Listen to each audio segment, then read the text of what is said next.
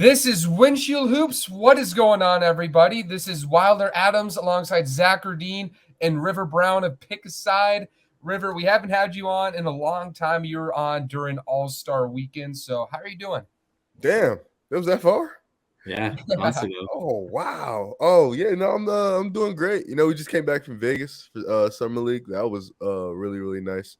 And I've just been chilling, watching basketball, the same as you guys. Yeah, man, that's pretty awesome. I was in Vegas last summer during Paolo and Chet's stuff. What was it like with like Victor and the hype surrounding that? Dude, the arena was freaking packed. So before the Victor game, Scoot and Eamon went up. So it was a good crowd. Like people were standing up a little bit. But when Victor came in, it was kind of like everybody got up, they took their phones out, it got loud. Like it was people were standing. It was like, wow, like the aura is definitely in the building, and people were like waiting. Like he can do get a rebound, they start cheering. He can get like a regular rebound, they start screaming. How like anything he did, they were just excited to see. So the arena was definitely fun. But we watched it and it was kind of funny because it was like his worst game. So we're watching it and we're just like, no, this shit is actually terrible. Like he's playing horrible, but the fans were just like so excited when he just does something little. So and Brandon Miller was playing and he was guarding Brandon for some time, so that was pretty cool too.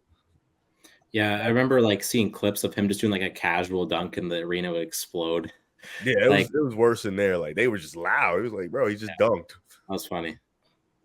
I remember when Paolo and Chet went onto the court, and it was not nearly the same vibe. It was like, oh, who's the number one pick? Who's that guy? That was half of the gym, because Paolo wasn't like the most renowned number one overall pick entering Summer League last year. But yeah, that would have been a cool vibe. I think the Lonzo Ball year, Zion Williamson, Victor Wembanyama years were just different in terms of vibe. Even Zion. I think Zion was pretty. Yeah. I think when Scoot got on, people were very we know who Scoot is. So when Scoot got on, it was kind of like, all right, it was kind of the same thing when Victor. It was just more people doing the exact same thing with Scoot. Just a lot more people. The next person who probably gets that type of vibe is Cooper Flagg. He's going to get a nice crowd. He's not. What is he, 16? Yeah, he's 16. He could we'll see if he reclasses or not, but he will. I think he will. It would make, I think he's probably already the best high school basketball player in the world. So it would make sense to, I guess. What would be the point of reclassing though? One, I think the Boozer and Cooper Flagg thing, they're in separate classes. He's old enough where he can reclassify to 2025 and be draft eligible, because I believe he would turn 19 in 2025. He's 16 right now, but he turns 17 at the end of this year, so he would be eligible this year. And Boozers are under him. They're under him. They're in the same class, but they're kind of the two top high school prospects in the same class, So both of them are kind of established number one guys, and they can, they don't have to compete against each other in that case. Okay, I like that. Okay, yeah. Now Cooper Flagg, I would tank for him. He's different. Yeah, he's different. And Zach, how are you doing? Doing great, man. Don't have work this week. Pretty nice. Good to have Riv back on since, a few months ago. I'm doing great. We're getting to a really dry part of the offseason, though. It's getting boring.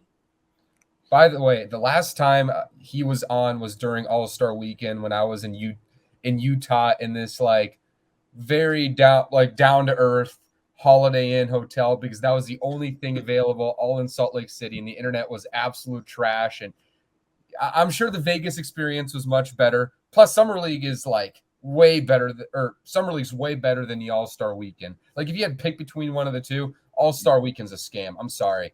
It depends. I feel like it depends on where it is. I feel like because Summer League is in Vegas, it's kind of all right, Vegas is a party town. We can have fun. Yeah. I feel like if All-Star break was in Miami, you'd probably have equally the same amount of fun. Where's it next year? It's Indianapolis. Yeah, I'm not going. No shot. Plus, it's so darn expensive. I mean, we had nosebleeds, got to get a microscope type of thing, and that was $600. It's a total scam. And then Summer League, it's you're all there. Everybody's in front of you. All the GMs, all the players, everybody's within breathing distance of you for what, $40 a day? Yeah. I think we paid $180 for all four of us for just general admission, if I'm not mistaken. So you can get so close to general admission. You pick your own seat. You gotta get there early, get your seat, whatever. So I think we didn't pay a lot. It wasn't nothing too crazy. It's funny because summer league feels like, such a steal in value on one spectrum, and All-Star Weekend feels like a scam on the other spectrum. It kind of evens out, So yeah, anybody like, hopefully the NBA doesn't find this when I'm, maybe applying for a job for it, but don't go to All-Star Weekend if you have to pick between Summer League and All-Star. Summer League for sure. Hopefully somebody didn't record that 20 years down the road. But all right, we're going to get started right away. So today we have 6 topics to talk about, 2 relating to Philly, the James Harden situation, the process, as a whole, as well as Brandon Miller, which Summer League standouts are for real, and players entering make or break season. So what player in the NBA, like if they don't hit this year, your opinion's kind of set on them, and who would you rather build around, which is an original series that we did, but we kind of stopped for a little bit, but we're bringing it back today. And to start out right away, let's talk about the James Harden situation, because it's getting weird. It's James Harden demanding another trade. Things happen on a yearly basis. There's Thanksgiving, there's Christmas, 4th of July, Summer League, and James Harden trade demands. Like, it's just kind of a yearly thing at this point. So my question, I'm going to start with Riv here. What team should pursue James Harden? Obviously the Clippers. I think that's been the one team on the radar. I think Miami should definitely think about a James Harden move if Dame doesn't become available, because that's another guy who could come in, get you buckets, be a playmaker. You lost Gabe Vincent, you lost Max Strus, so you lost 2 guys. Gabe Vincent specifically, who was very important for your championship run. But I think those are the only 2 teams that would seem in the best interest. I know Harden came out. They came out with a report, I want to say yesterday or 2 days ago, where Harden is very sold on going to the Clippers. And for the Clippers, they've been looking for this point guard for a long time. They tried it with John Wall. They tried it with Westbrook. Westbrook was good, but Paul George and Kawhi weren't healthy. Harden brings that perfect dynamic as a point guard, as a playmaker to this situation, and he can possibly be the number 3 option. I think that's what he's best at this point in his career. I think a number 2, he's just too inconsistent for that right now, and the number 3 would be perfect. So I would probably say the Clippers or Miami would be the 2 teams likely, because those are the 2 teams. Like, the Warriors aren't going to do it. Denver isn't going to do it in the West. The Bucks aren't going to do it. Those are the 2 teams that are looking to make a move as a championship team. So I think these would be the 2 teams. Zach? Yeah, the Clippers are probably the one that makes the most sense. Other than them, I can't, it's hard to really think of teams. I think if this team got desperate enough, needing a Fred VanVleet replacement, I think, maybe the Raptors could make a little bit of sense. I probably wouldn't do that for them, but that team was one of the worst half-court scoring teams in the NBA last year, and they lack it so much, and they need like Dennis Smith, Dennis Schroeder. I don't think that's going to really work out if you want to make a playoff push at all. So we'll see what they really want to do. If they want to, keep OG and all those guys, it would seem like they would want to be going for the playoffs. So, maybe go throw a little assets at James Harden if you really want to push to like the 6th seed, which I don't really get the point of doing that, but maybe that's the direction the Raptors want to go. But yeah, the Clippers make the most sense, and I don't think it's going to take an insane amount to get Harden from Philly unless Morey, takes us into the season, which he probably will. I think it might be take like Terrence Mann and the rest of their picks or whatever, but it's debatable if they should rather do that or not. Yeah, I think the teams you guys mentioned make a lot of sense. I mean, from a Miami standpoint, trying to find just a tertiary scorer on a team that is very defensive and culture minded, but defensively, that's kind of the, that's the top priority, but they need scoring because that was the worst offense in the NBA and it made the finals somehow. And Zach talked about, Toronto. I mean, don't love that fit. Like, if you're Toronto, like, what are you trying to do at this point? Like, are you just like, we're praying for 48 wins? Is that the pride of the organization? Like, that's the one thing about it, but I get the idea of like finding a point guard replacement and that standpoint. But guys, I'm so out on James Harden. I'm just done with him. It's 2020. Since 2020, how many trade demands does this guy have? Like 3? 3, something like that. Has anybody in NBA history ever had 3 different trade demands?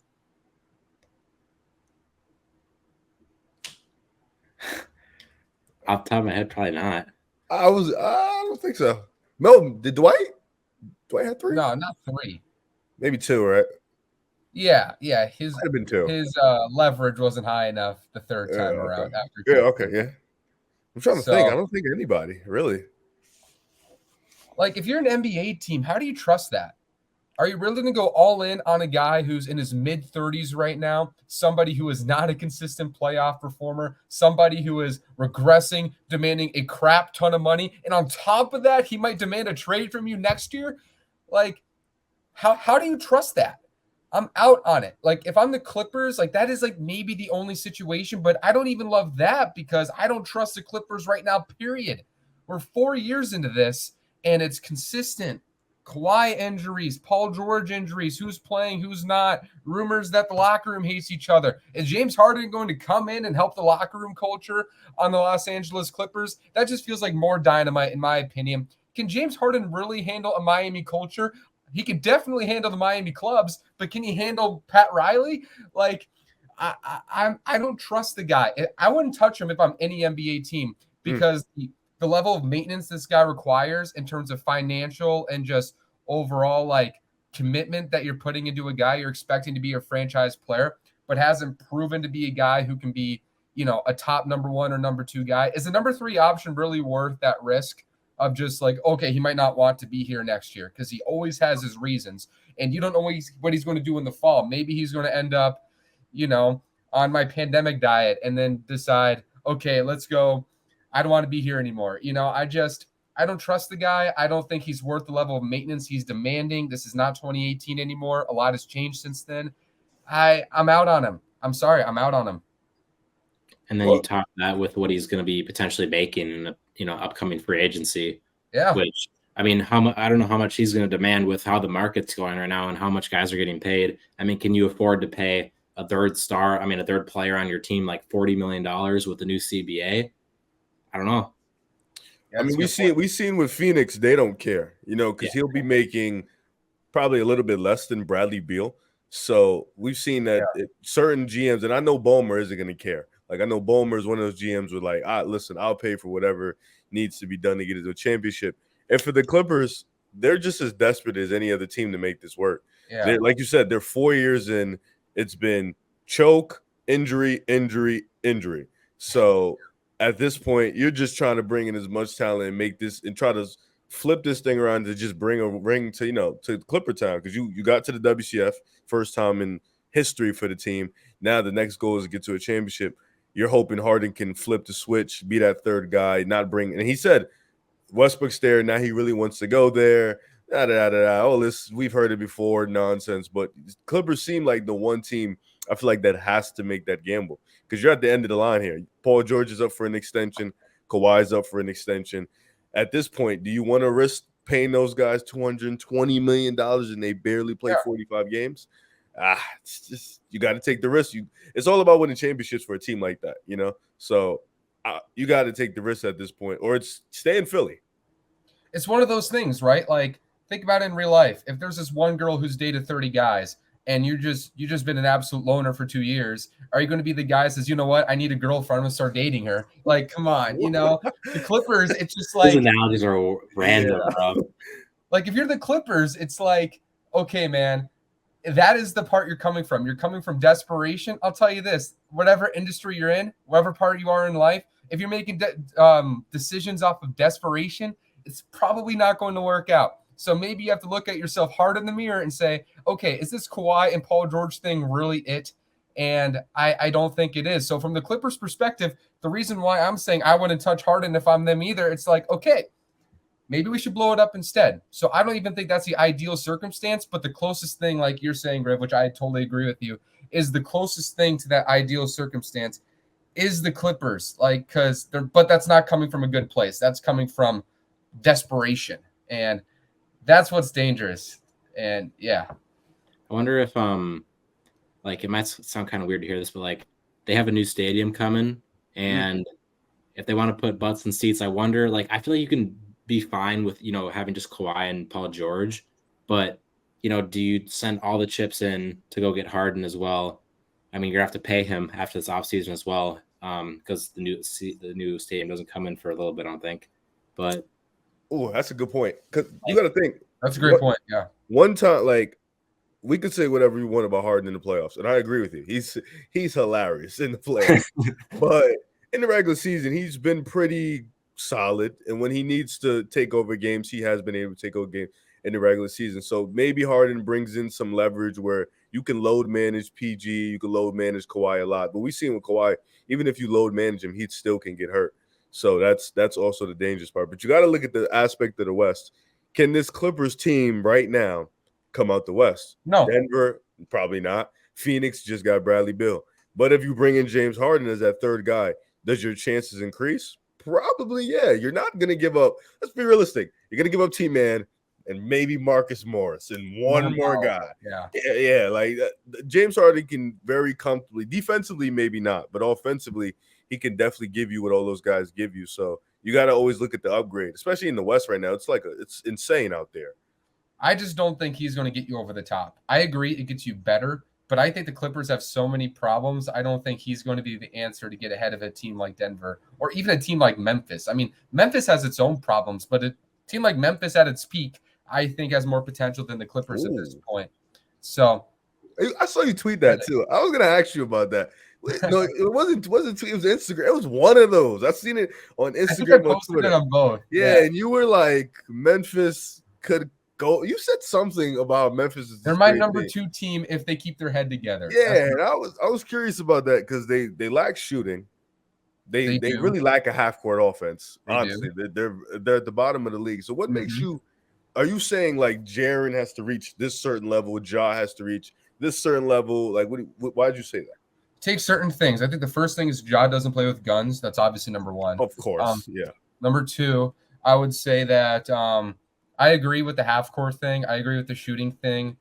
But I would say, like, Memphis has had a borderline top 10 offense the last 2 years despite that. And I think in the West right now, every team is so flawed in some certain element. Even Denver is not a great defensive team, right? So I think every team has a flaw, but I think Memphis can hang its hat on one thing. I think this team has a chance to be maybe the best defense in the conference next year. They got the best defensive duo in the league. I think no brainer, right? Between Marcus Smart and Jaren Jackson Jr. And they built this culture of physicality surrounding that, which usually complements the defensive end when you have 2 great guys like that. So this defense should be way up there. And that by itself gives itself an opportunity to be up there. And the offense should be good enough too. And if Jaren Jackson Jr. takes another like 19 to 20 point per game leap, and we see, slight progression from Desmond Bane, slight progression from Ja Morant, they should have a pretty good offense still, especially if they start seeing these like random Memphis young players like a Laravia or a Roddy start to,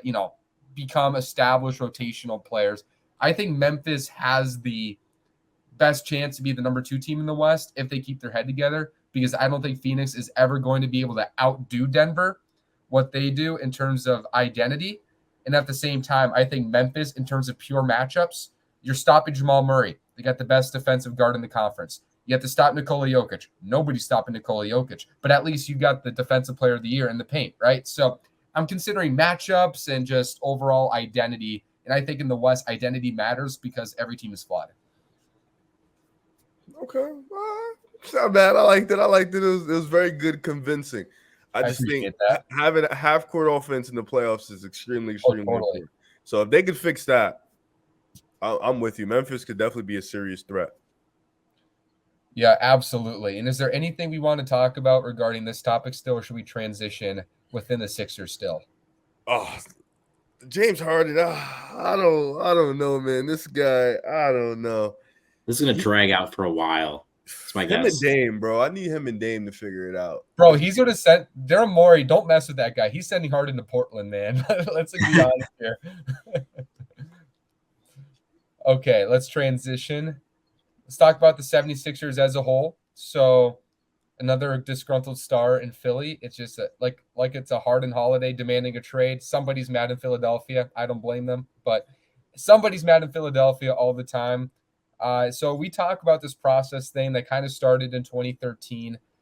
Has it been, would you call it a failure? Would you call it a success in the middle? Zach, I'll start with you. The process is a failure, and I think Joel Embiid is out of Philly and within a year. That's how I'll start this off.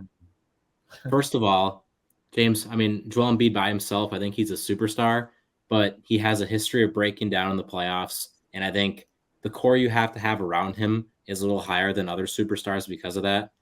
Obviously, James Harden is going to be on the out, even if he was still there. He also has a history of, not being the best in the playoffs, and he's declining. He's 34 right now. And the package you're going to get back for him, we just spent like 10 minutes crapping on him kind of in his value.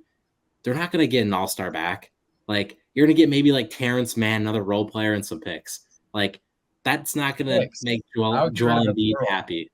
Okay, one pick. Let's say you're that. probably like 2028, 2029, like second-round picks. And then there were like one really good young player, Tyrese Maxey. Other than that, they have like Paul Reed as their next best up young talent on the roster. Like, they're not that great overall. And they got some other older players. Like, I like the Patrick Beverley signing. PJ Tucker, he's definitely getting older. He's one of the older players in basketball right now. Like, I just don't see the path to this team contending. Like, you're not getting a great return back for Harden. Maxey's going to be a restricted free agent next offseason, and there's going to be teams that send him an absolute bag. So the Sixers are going to be forced to match probably up to a rookie max contract because I don't think they would let him walk at that point. I don't know why they didn't just pay him this offseason unless he was, just fully set on a rookie max. But yeah, unless, you have the mindset of like Portland where you're cool with being in the playoffs, and then you're happy with that, then it's, to be like a middle. But if the goal is to win a championship, big failure. This is objectively a failure. The shit was actually kind of hilarious how it all panned out. For starters, I'm with you. This whole stretched out process has been literally embarrassing. And it's not a failure because they didn't win a championship. Not every team wins a championship.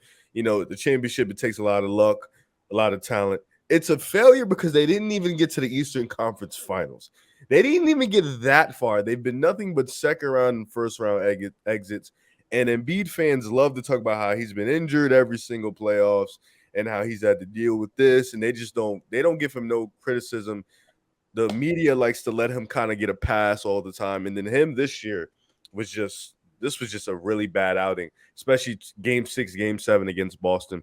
But this process, you have to look at it as a failure. They have not accomplished what they wanted to accomplish, a championship or Eastern Conference appearance. They haven't even been a consistent perennial contender. They've just been nothing but pretenders every single year. The few chances they did have was in Toronto. Kawhi hit the shot. Against Atlanta, they blew that series. They were heavy favorites.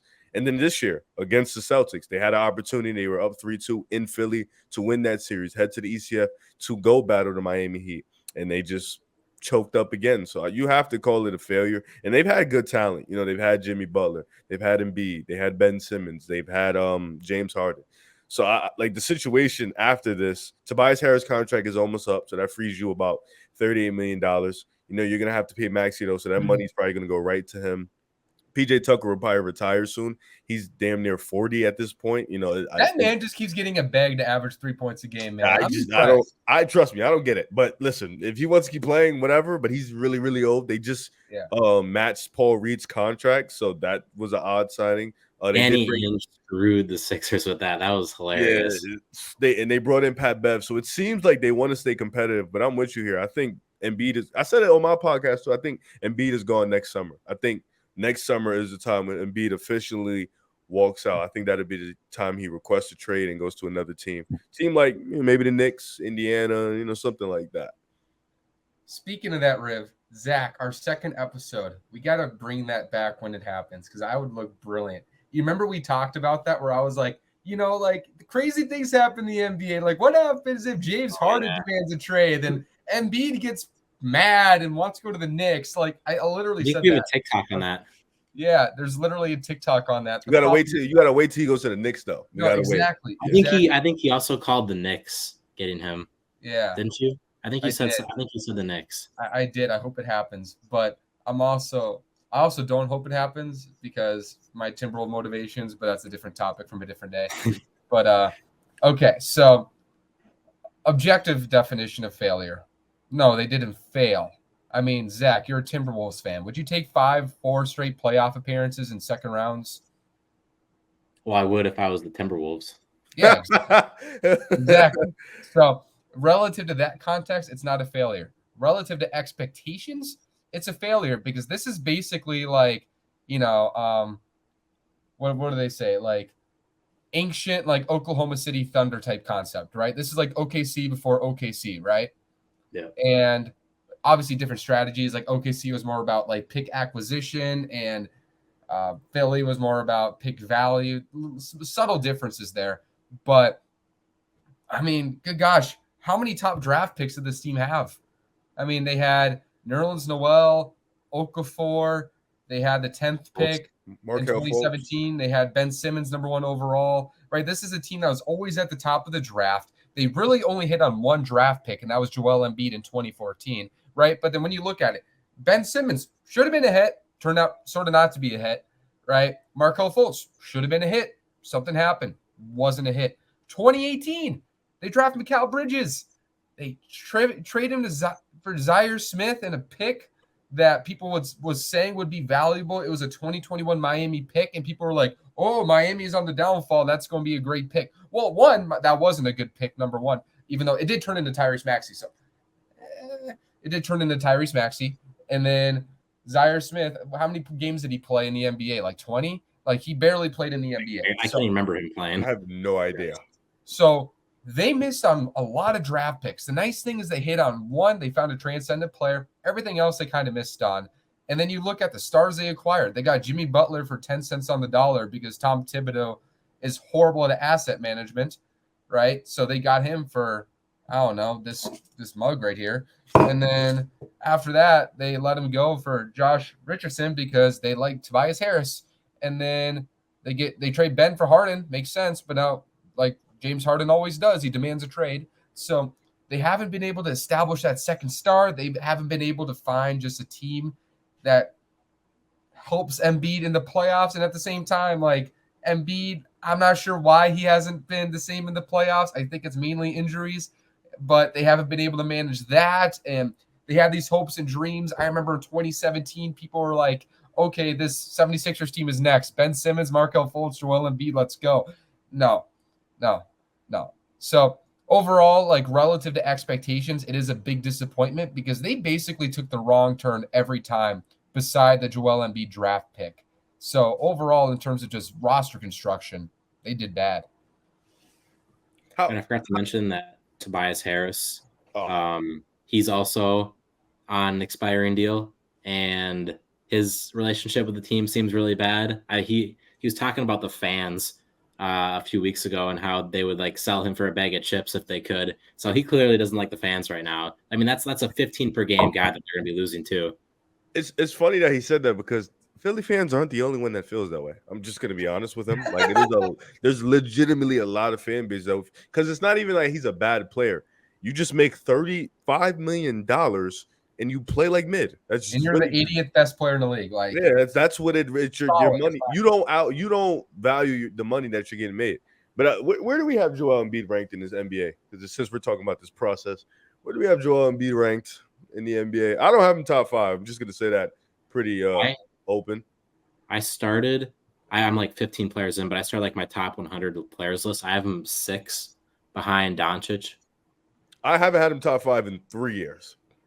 I deserve some slander because I did like start to think he might be the second best player in the world in like February, and then I changed my mind after seeing the playoffs because I was enchanted by the talent, man. I was enchanted by the talent. The idea talent of it level is ridiculous. I mean, you're 7'2" and you're fluid and you're powerful. You can score from all 3 levels, protect the rim. He's like a cross between like Hakeem and like a little bit of Harden sometimes with the way like his talent suggests. So I fell in love with the talent, but it's another playoffs where he's not reading doubles. Like when the game starts to speed up, his mind's starting to speed up as well, right? Like that patience and the health, he doesn't deserve it. I'll probably say around 7. I mean, I'll probably have Jokic 1. I'll probably have Steph 2.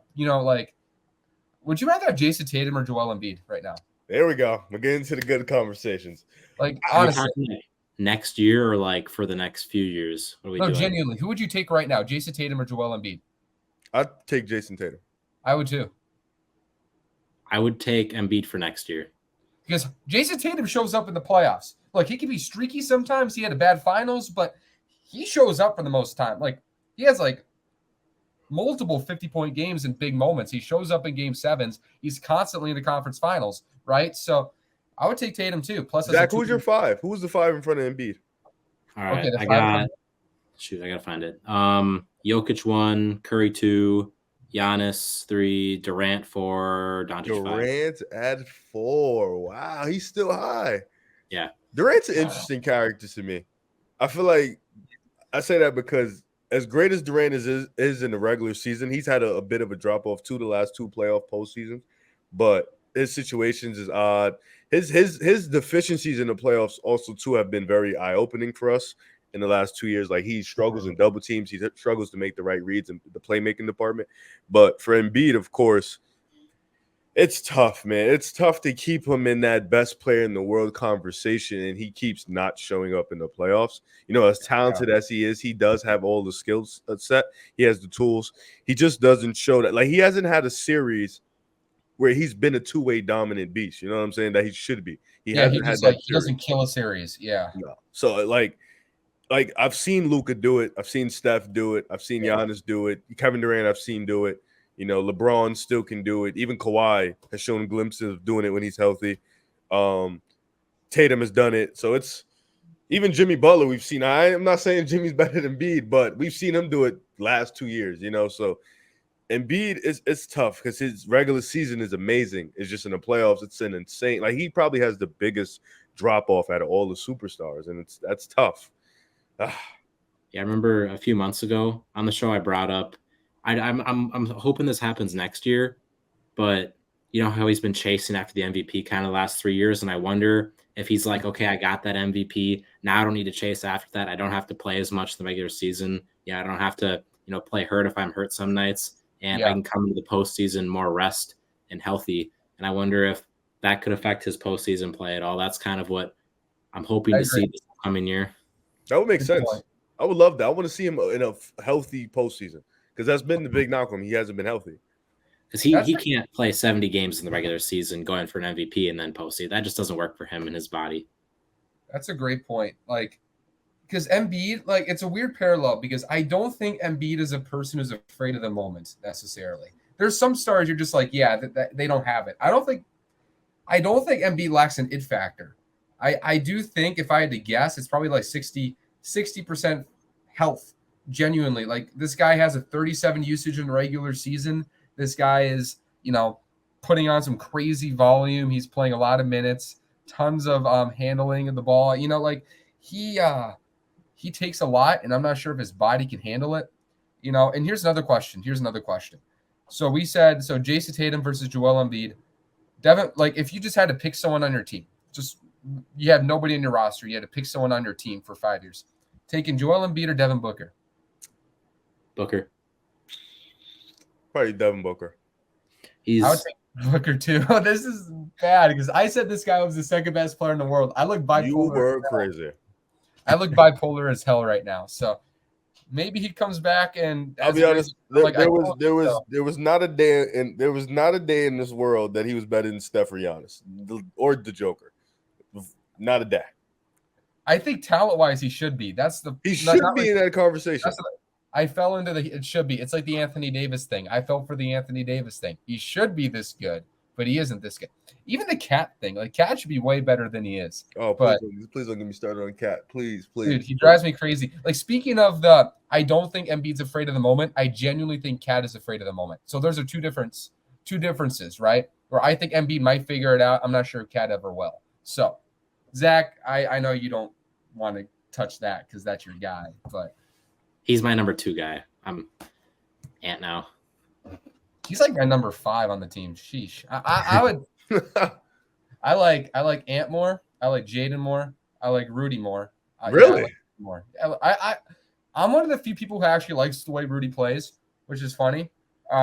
Because people just watch Ant's playoff highlights. How many of those buckets are off of Rudy screens? I know that sounds nerdy as hell, but some of his drives is Rudy setting 3 screens on that play. The little things, man. No, I'm with you. Man. I say the same shit about Bam Adebayo. I'll be like, yo, dog, he has 12 a screen assist. He's doing things a lot of guys don't do. So I'm with you.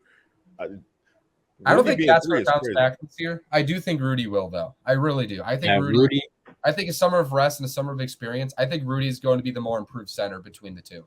There was a pretty clear correlation between when Rudy was playing hurt and when he was healthy, because he had four really weird ankle sprains throughout last year, which I don't know how you like the same thing. Like it's like the same thing as LaMelo Ball. LaMelo had so many of those, but he was like playing hurt on those a lot, and he had a really good playoffs. By the way, he was like he was probably the best primary Jokic defender out of everyone that he played against. 7'3", long wingspan. Yeah.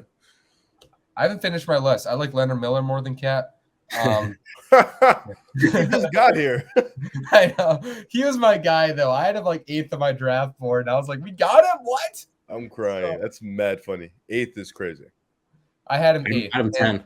10. You guys we drank the Leonard Miller Kool-Aid. I mean, like, you're talking about an 18 or 19-year-old that averaged a 16-point double-double in his first year of pro, like high-level basketball. Like he never even played AAU before, and he has like point guard skills too. Like that's my like quick summary on him. Like he is so overlooked. It's unreal. Did you see his 2022 draft tape? Because I hated it. Like I would watch this guy and I was like, he stinks. And like he went from like 58th on my board in 2022 to like, holy goodness, he got better this year. No, he insane jump. So like you consider that how long he's played basketball, which hasn't been very long, and he's 6'10", he's fluid, he's got touch, he has playmaking feel, he's got defensive versatility upside.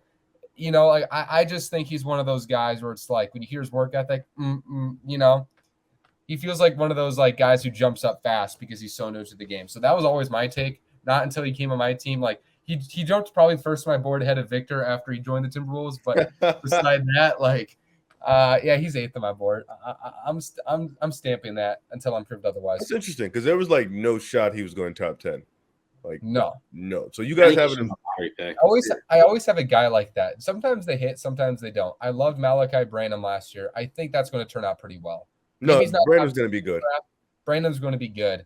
I got to look at my old draft boards. I always have some random guy I rank 8th. Usually 8th is like my specialty spot where it's like I'm ranking somebody nobody's ever heard of. But I had Trey Mann a couple years ago. I regret that one, even though I do think he's going to put it together on a different team.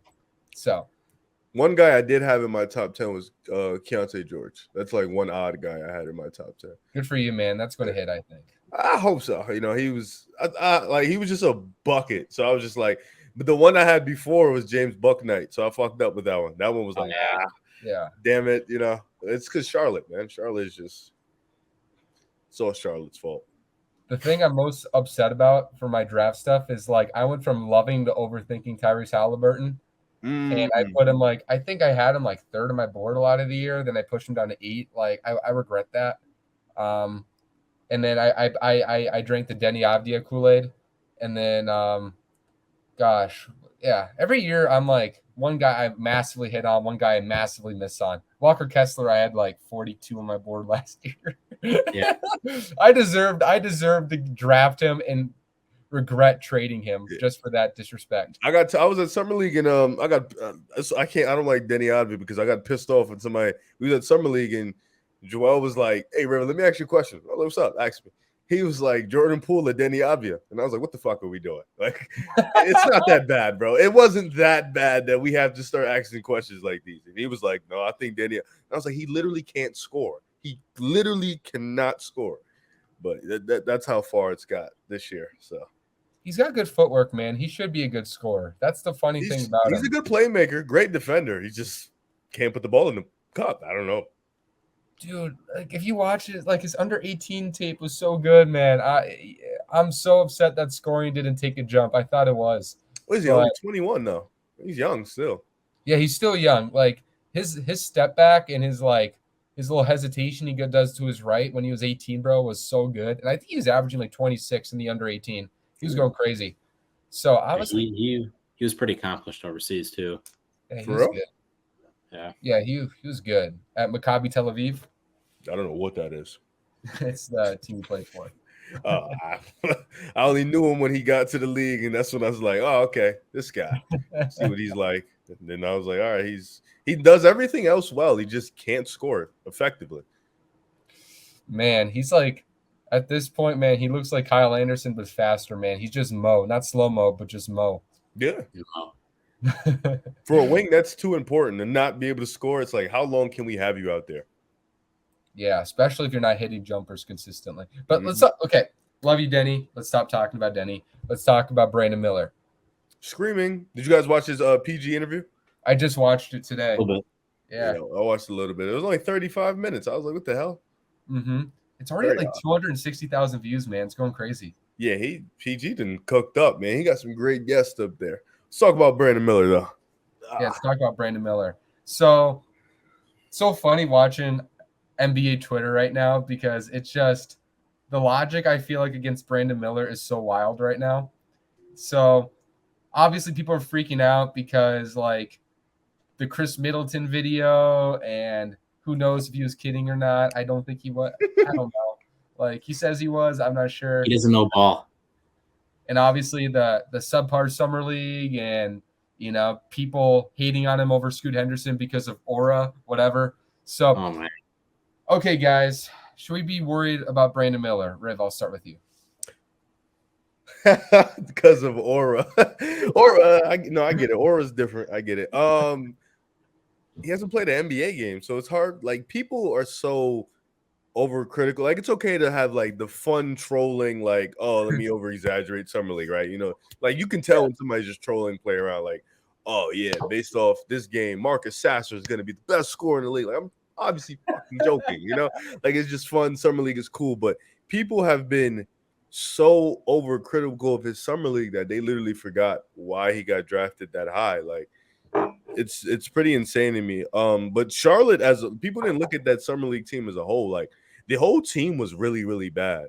Like, and even the energy they came in the games with, they didn't have a real point guard, which I think is going to be huge for Brandon Miller's development. That's why I think he'll be fine next to LaMelo Ball.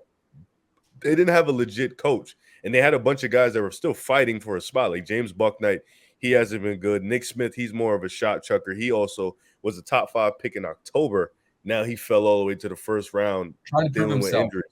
Yeah, he's trying to prove himself. Amari Bailey, second round pick, trying to prove. Like you have a bunch of guards that are the exact same guards, just in different body types. So I think that one was tough.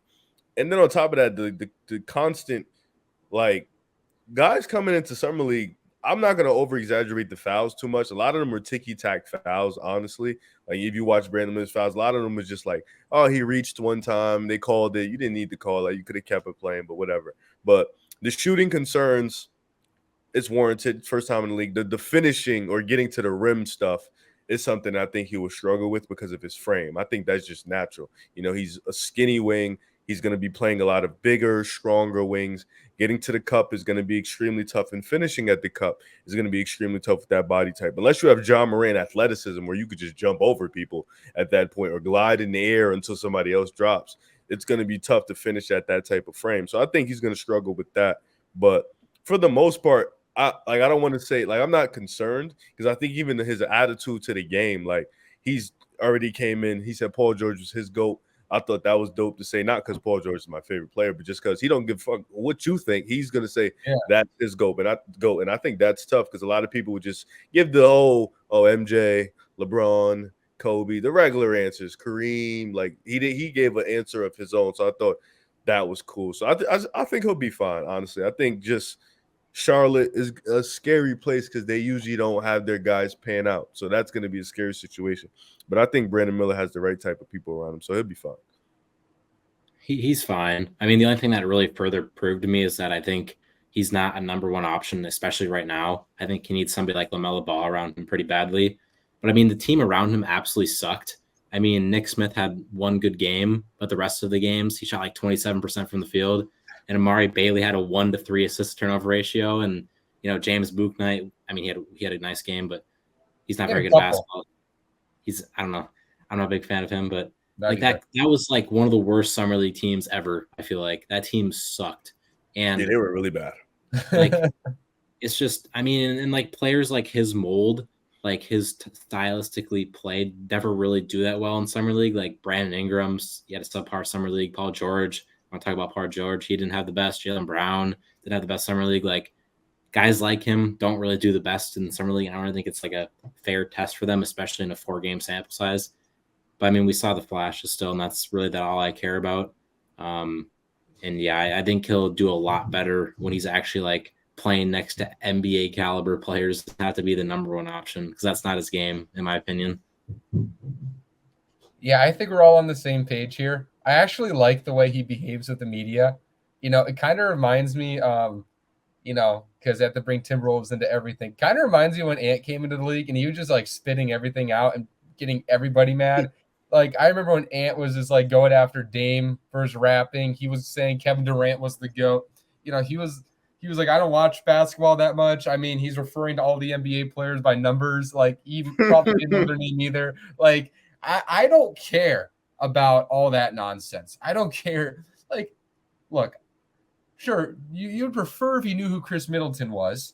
I don't think he did know who Chris Middleton was, but I don't necessarily care as long as he's working on his game, and he's worrying about what's in front of him. As long as he's watching film, he'll figure out Chris Middleton. No shot in hell he watched that Suns Bucks series. No shot in hell. No shot in hell he did. No. There was also another reporter who claimed he didn't know Jason Tatum a couple years ago. So there's definitely a history here, which makes me suggest he probably wasn't kidding. But yeah, I don't care about that. I learned to like Brandon Miller the more and more I watch his draft tape. I think a lot of his stuff, like, yeah, he needs to get more strength, but it looks like he has – I'm not a doctor. I'm not anybody like that, but I think he has a frame that suggests he can be sneaky strong eventually. And he's got like that wiggle and feel that we saw in Summer League. I thought his playmaking was really good in the Summer League.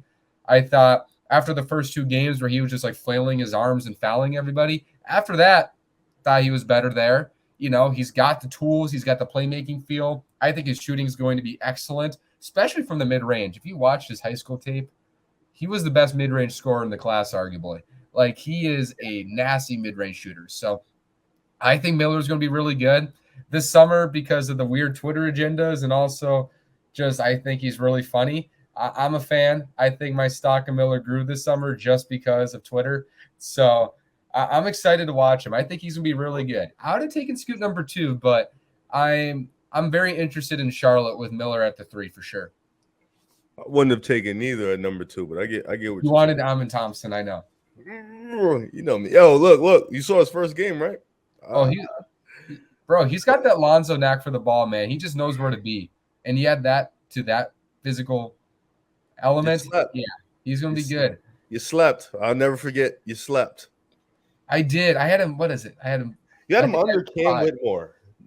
I had Cam Whitmore 4. I was back and forth between Amon and Cam, and I'd put Cam. I would flip them, but guess what? Who was the Summer League MVP? Who was the Summer League MVP? Cam Whitmore. It was Cam Whitmore. Right. Yeah. Cam's gonna be nasty. Amon got hurt literally the first game. He did. So he did, but who won the MVP? I'm just gonna hold on to that. I'm just holding on to it. Cam was great. So was great. Shout out to Cam. Cam's my guy. I like Cam. I love Cam. Cam's dope. But they got Dylan Brooks in front of him, man. I don't know.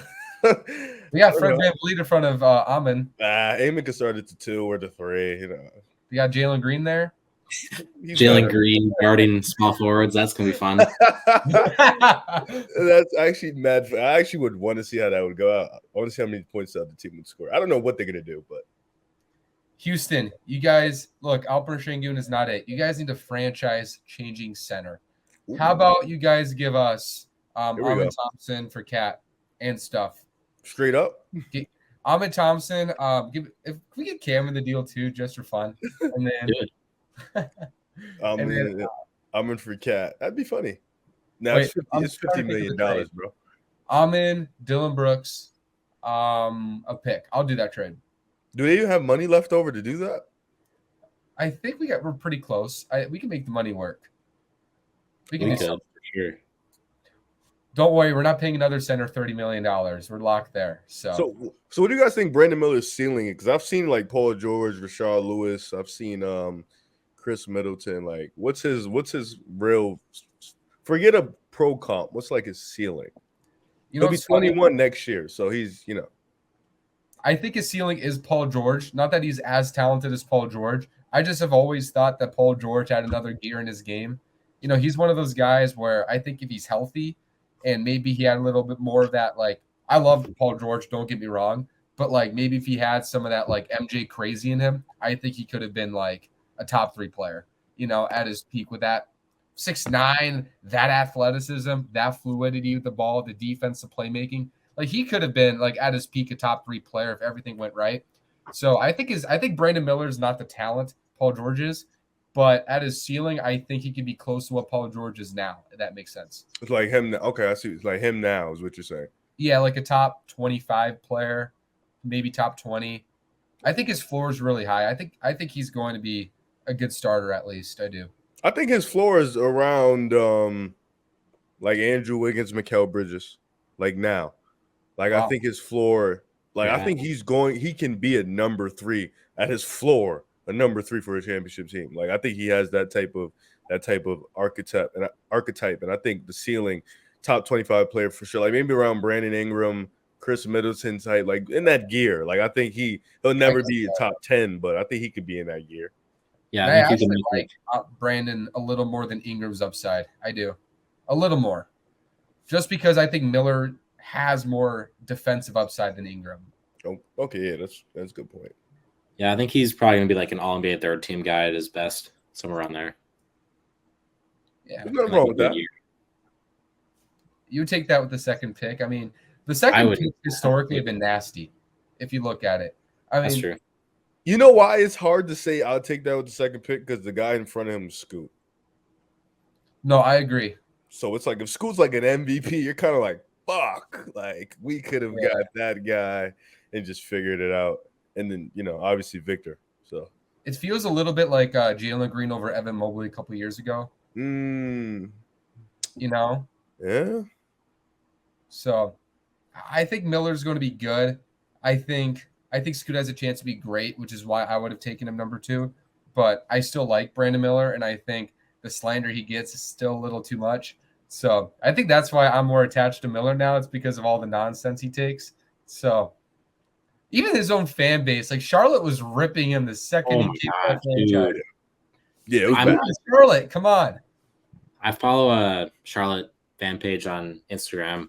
Holy crap, like 90% of the comments are just ripping on Miller like 24/7. Like nobody likes that guy in Charlotte right now. It's so weird. Like, yeah, I mean, I would understand. Like, this is the same thing with us. Like, we wanted LaMelo on draft night with the Wolves, and then we took Ant.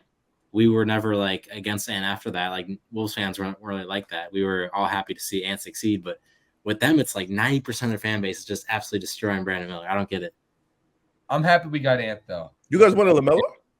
We did. I wanted LaMelo, yeah. Oh, okay. But who was your team at that time? Would have been cool. We had D'Lo, Malik Beasley, Juancho Hernan-Gomez, Cat.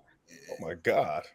Like it was bad. Who else? I see why you had the number 1 pick. Jarrett Culver still wasn't like a complete bust then. Josh Okogie, we had faith. Josh Okogie was starting like every night.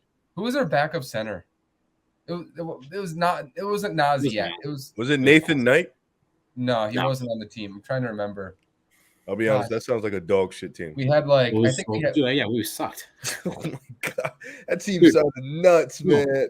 Malik Beasley was our best player for the first half of the Ants rookie year. Makes sense. He was averaging 19 a game or something. Like he was actually like playing good though. He was averaging like 19 a game on like. Traded him then. We should have. Why? I don't know why we didn't sell him. Like that's the best his value. That was his peak right there. First half Timberwolves 21 season. He's gone now. I don't know what he's doing now. Minimum in Milwaukee. Oh, that's actually a good spot for him. Yeah. Come on, go get buckets. Yeah, just go get buckets, man. Yeah, he can't do anything else, but it's one of those things. Like people, I remember when he ended up on the team, he was saying he was going to be 25 points a game, 50, 40, 90. So. Yeah, I guess he realized that's actually tough as hell to do. Yep. He forgot that he can't do anything inside the arc. Yeah, only like 2 people in history have done that. Yeah, that's like Ray Allen, Steph territory. You know, I don't even think Ray's done 25. Bird and Steph, I think, are the only ones that have done 25 points 50, 40, 90. Bird did it? I didn't even know think- he did it. I think Bird has a 50, 40, 90, I believe. Cats came close. Cat was close. Cat was extremely close. What was it? I think the free throws was It off. was he was off by like 2% on free throws or something. Yeah, I would hate that for my life. Zach LaVine was close too. Yeah, Zach is super efficient. Yeah, he was close. Yep, Jaden McDaniels, you're next. All right, let's transition. Talk more Summer League. So, Summer League's kind of funny. I mean, like if you look at the history of the highest scorers in the Summer League, you look at like the Bryn Forbes of the world. Like Bryn Forbes led Summer League in scoring a couple years ago. You know, Cam Thomas did last year. And you look up and down, it's kind of like it's never a household name who dominates Summer League necessarily. So it's hard to like, okay, this is for sure real. This is for sure fake. So it's good to see signs, right? Which Summer League standouts this year, guys, you think are for real? Zach. I think Cam Whitmore is for real. I mean, I had him graded as, I think it was my fifth best prospect.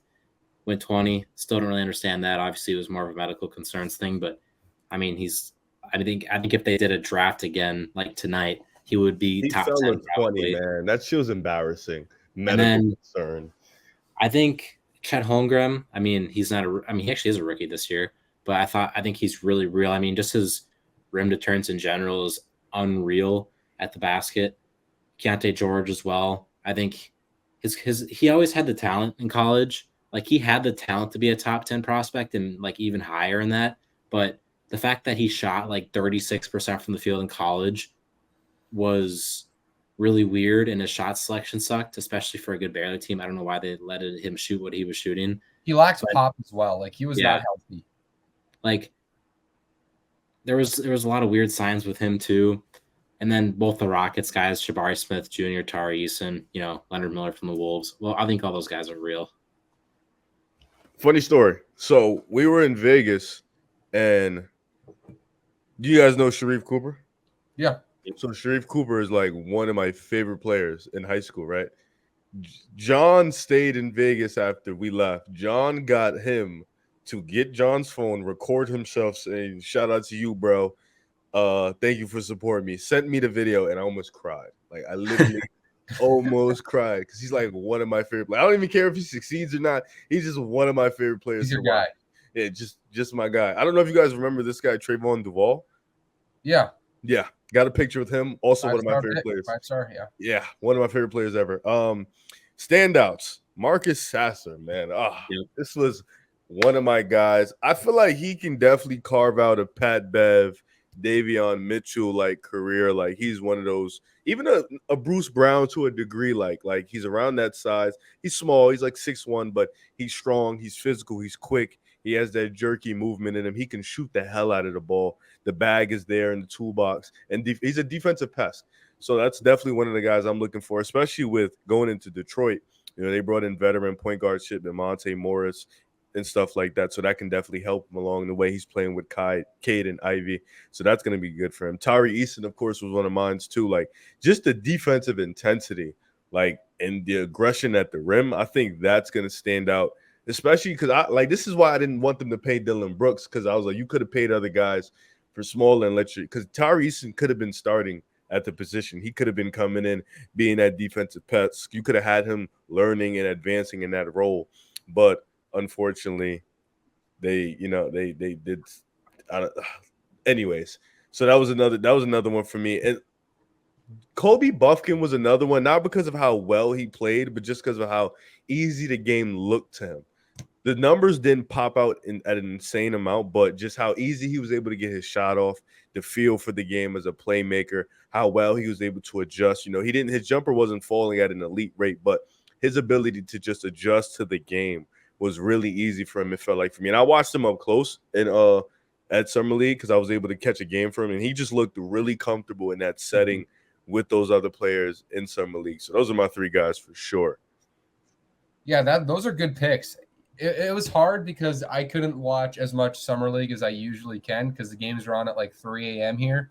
So that was definitely not the best. But some of the guys who stood out to me, I loved what I saw from Jordan Walsh. Not from the scoring, because I don't think the scoring is that real. I think he can do some connective stuff, but it's the defensive switching, it's the connective passing, all those things you knew about in Arkansas.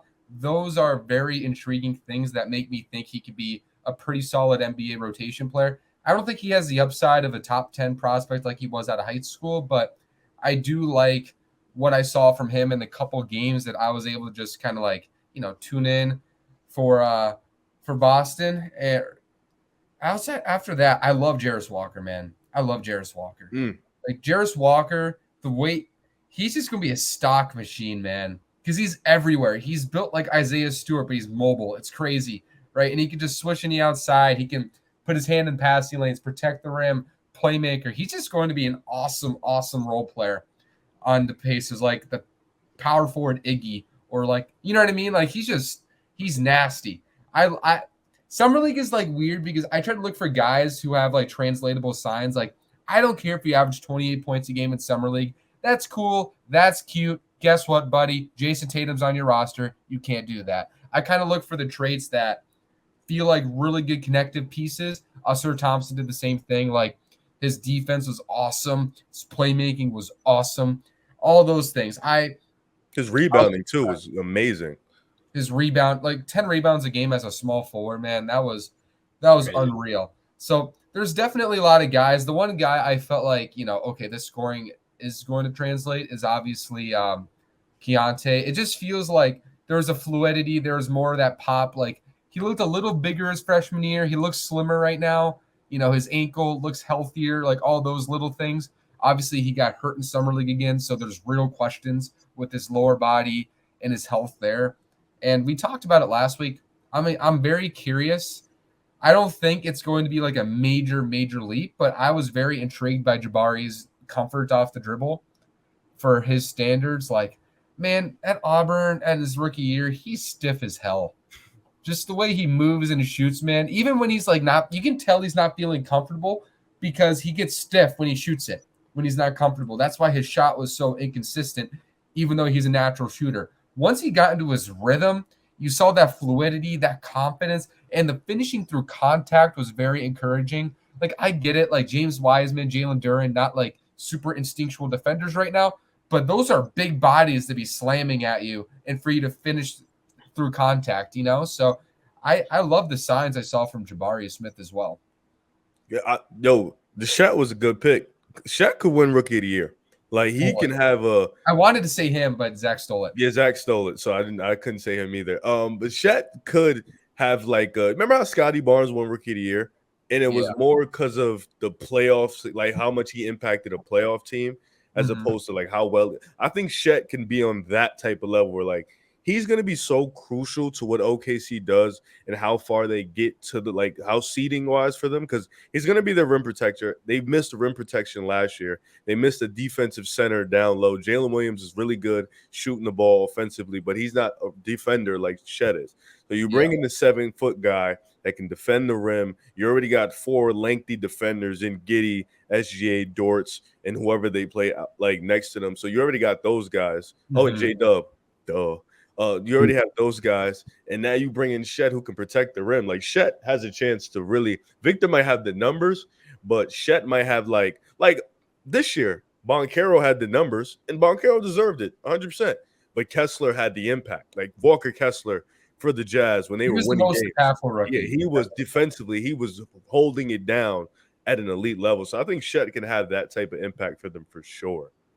Plus, if Chet's averaging like 14 to 15 and he is that, A- plus defender, and he's ultra efficient. That's the thing that's intriguing about OKC.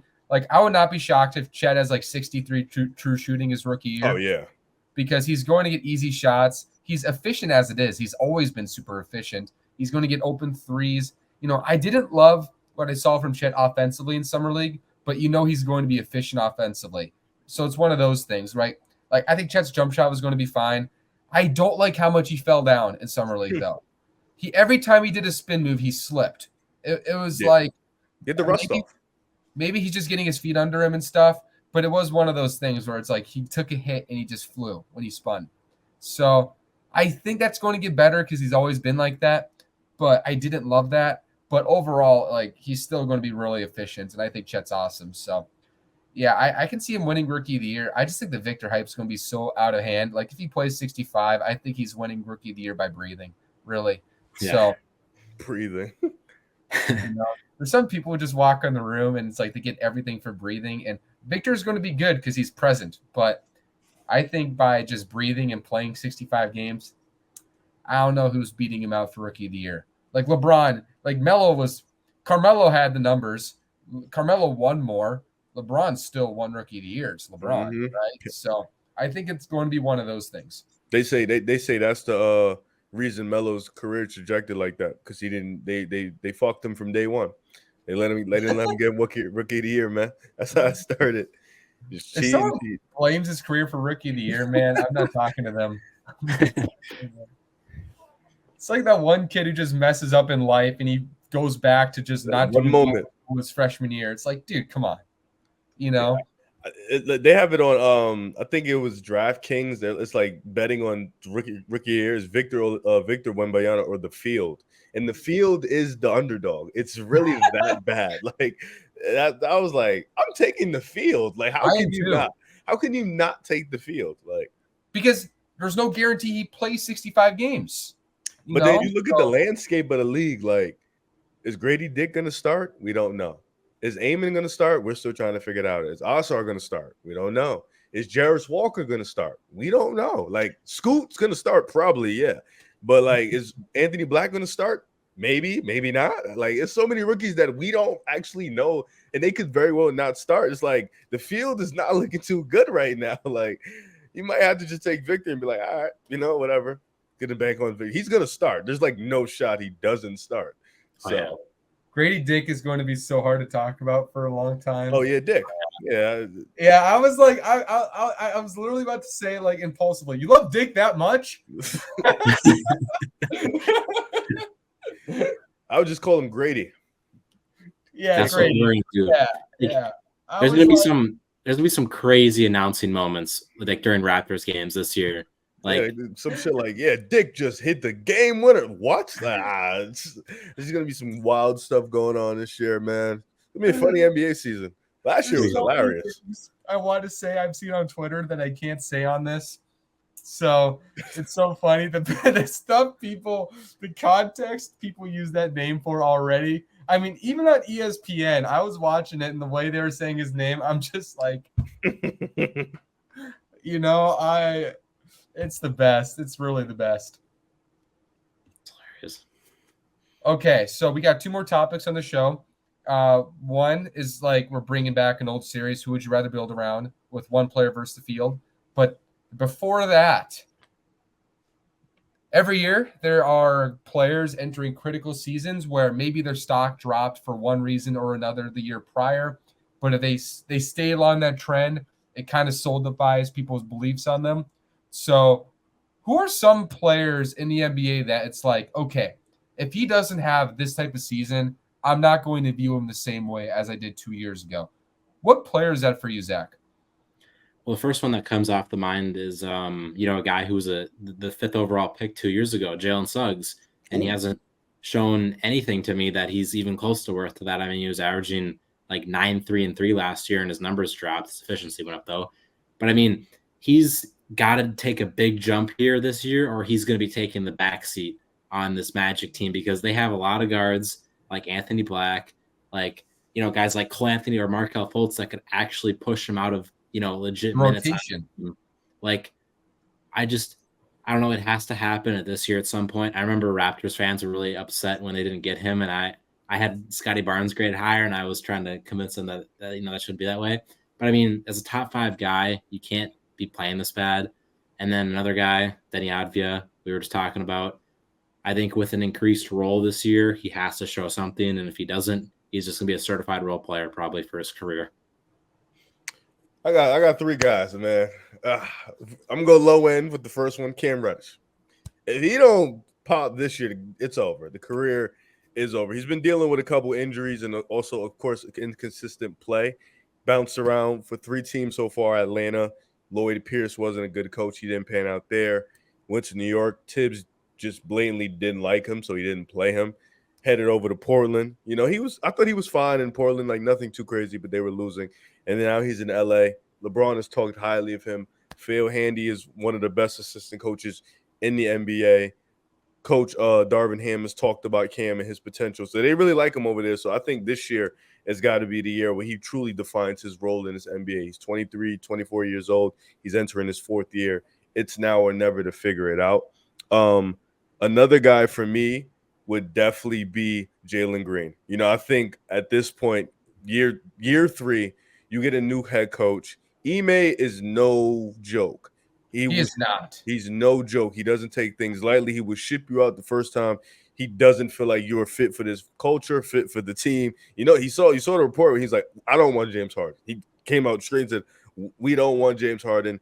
Jalen Green doesn't show that type of defensive intensity or even just the effort where Ime can coach around that. They still act like a high school team. I can see Ime pushing Jalen Green out the door and be like, all right, I have Eamon here. Because Eamon, I feel like, is going to show that intensity from day one. He can just push him out the door and say, all right, I have Eamon here. I'm just going to do that. Going to push him out. My third guy is going to be shocking. It's Cade Cunningham. Oh, dang it. Yeah. Oh, man. That was mine. I didn't think I would not say Cade. So mad when I said that, too. I got to say Cade because, my God, I've seen the slander. I've seen it all. I've seen the slander. I've seen the doubt. And it's understandable. He's been hurt back-to-back years. He finally did fix this injury that he had. He's been dealing with since his junior year of high school, I want to say. Junior or senior, so he's been dealing with it for some time. But this is the year people are starting to doubt him, rank him low, not think about that potential anymore. So I think this year he has to completely skip that sophomore slump. He needs to have an all-star-like year, and I think this has to be the year for him. Man, that was mine. I don't know why you thought you was getting that, buddy. Because 2021, he was like a considered transcendent prospect. Yeah, for sure. Like a transcendent, closer to Zion than he was the Ant as a prospect, right? Yeah. Like that was the type of talks we had about him. And I can't blame you. 3 years in, you got to show something in that case. And he had a decent rookie year. It wasn't a special rookie year, but it was encouraging, especially in the second half. He couldn't show anything his second year. That's not really his fault, right? So he has to have a good year this year. And if he has a great year this year, we'll talk about him like a legit franchise-changing player again. If not, then you're probably putting him down a tier. And I love this topic because like a script on acting, like it's all interpretation, this type of like wording. So I'm going to do it relative to expectations as well. So I'm not going to do a young player here, this one. I'm going to do somebody who I've talked a lot about on Twitter, and that's Cat. This year's a make or break year for Cat. Look, man, 5 years ago, it was best players to build around. Cat 1, LeBron 2. I remember that shit. Oh my God. Yeah, that was a thing. Yeah. For 2 straight years, by the way. He didn't only have 1 year doing that, it was 2 years. And that was my NBA GMs, right? And then, you look at the rest of his career. Obviously, we can talk about the playoffs, but this is a guy who's also, if we're going to make excuses, he's had a very bad situation, a constant roster change. He's been hurt multiple times. He's had the wrist. He's had the calf, right? He's had, even though I don't buy in all the excuses, he has excuses for why he hasn't, lived up to the hype, right? But guess what, dude? This is your second year. You have 2 All-NBA caliber or one player who's made an All-NBA team in Rudy Gobert, someone who's probably making an All-NBA team in the next year or two in Anthony Edwards. You have a decent coach. You have a good bench. You're healthy this summer. If you don't show up in year 9, you're a super senior now, dude. You're not a graduate. You're a super senior now. If you don't put it together this year, I think everybody's done. We're trending toward that way. But if Cat doesn't have a bounce back year where he shows an ability to handle adversity, especially with all the talking he's done on podcasting lately, if he doesn't have a great year, I think every soul is out on him. You only have so many chances.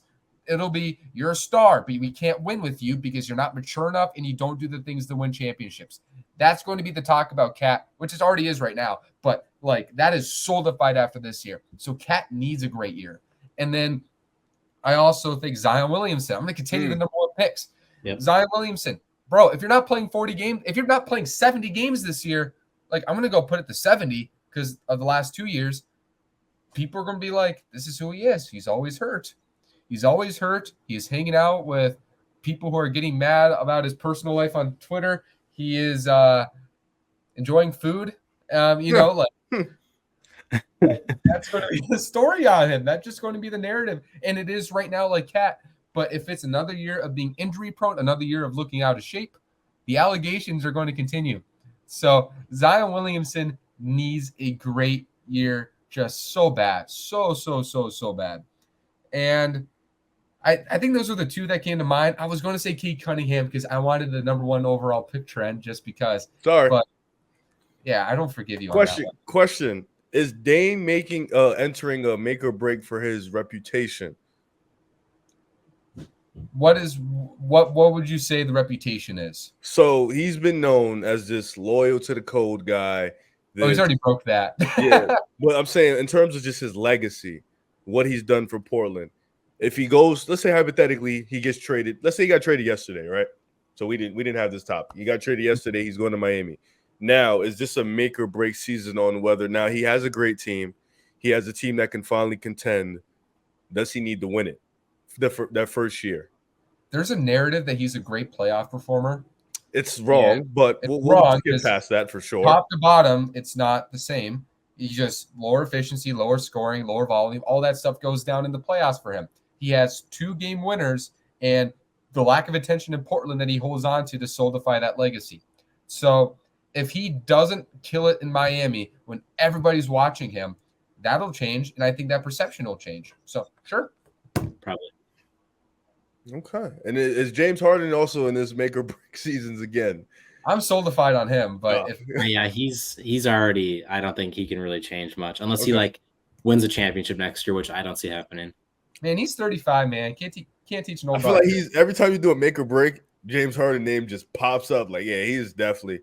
I think also the Clippers as a whole, as a team, is definitely in their make or break season for sure. Like this is, of course, Phoenix also. We're counting teams like Phoenix, the Clippers. Bucks. I would argue like the Warriors low key too. Chris Paul, like you're entering now, like it's end of an era for sure.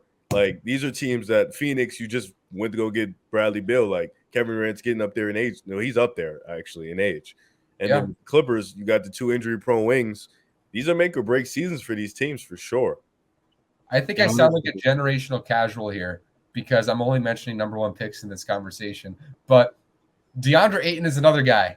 That's like true. if he doesn't have a big bounce back year, right? Like I always thought he was crazy overrated. I've always thought that.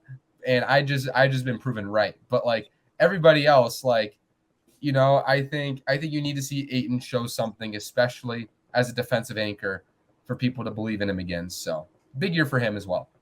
Big time. I was one of the people who thought he was going to be so dominant coming out of college. I was so in. I'm like, no, he's a dog. Like when they picked him one, I was like, it's fine. It's okay. Luka's not that good. I lied. I so lied bad. Even Trae Young, I was like, he ain't going to be that good either. He's shooting half court shots in college. It's not going to work. It's working. It's working so bad. I loved Luka. I loved him as a prospect. Yeah, I loved Aiden, man. I failed. What were you saying, Zach? Because we interrupted you like 8 times. I was going to talk about like the Bucks. So they're in a make or break year for me too because, they have the oldest roster in the league. And if they have another, first or second round exit, I think it would probably be time to blow that core up a little bit. And, Giannis, how desperate is he to win our championship? Like, does he actually maybe want to leave? I would say probably not right now. But, I mean, that's a conversation that's going to be had again if he doesn't sign an extension soon. That's a good one. I didn't even think about Milwaukee. They're so old. Oh, my God. I think they're like 30 average age or something. Yeah, something like that. How long do we have to say Boston's in a make or break? They're just so young. That's the thing. Like that's kind of their excuse because I hate that excuse so much. Stars are like both like 27 and under. I don't know. Because when you look at like all-time greats and like I'm not saying they're gonna be all-time greats, but when guys win championships, it usually happens when they're like 27 or 28 and they're not there yet. So I don't know. It's just I like what they did with like getting Porzingis and stuff, trying to fit a better piece around that. I just think like Zach, you made a good point.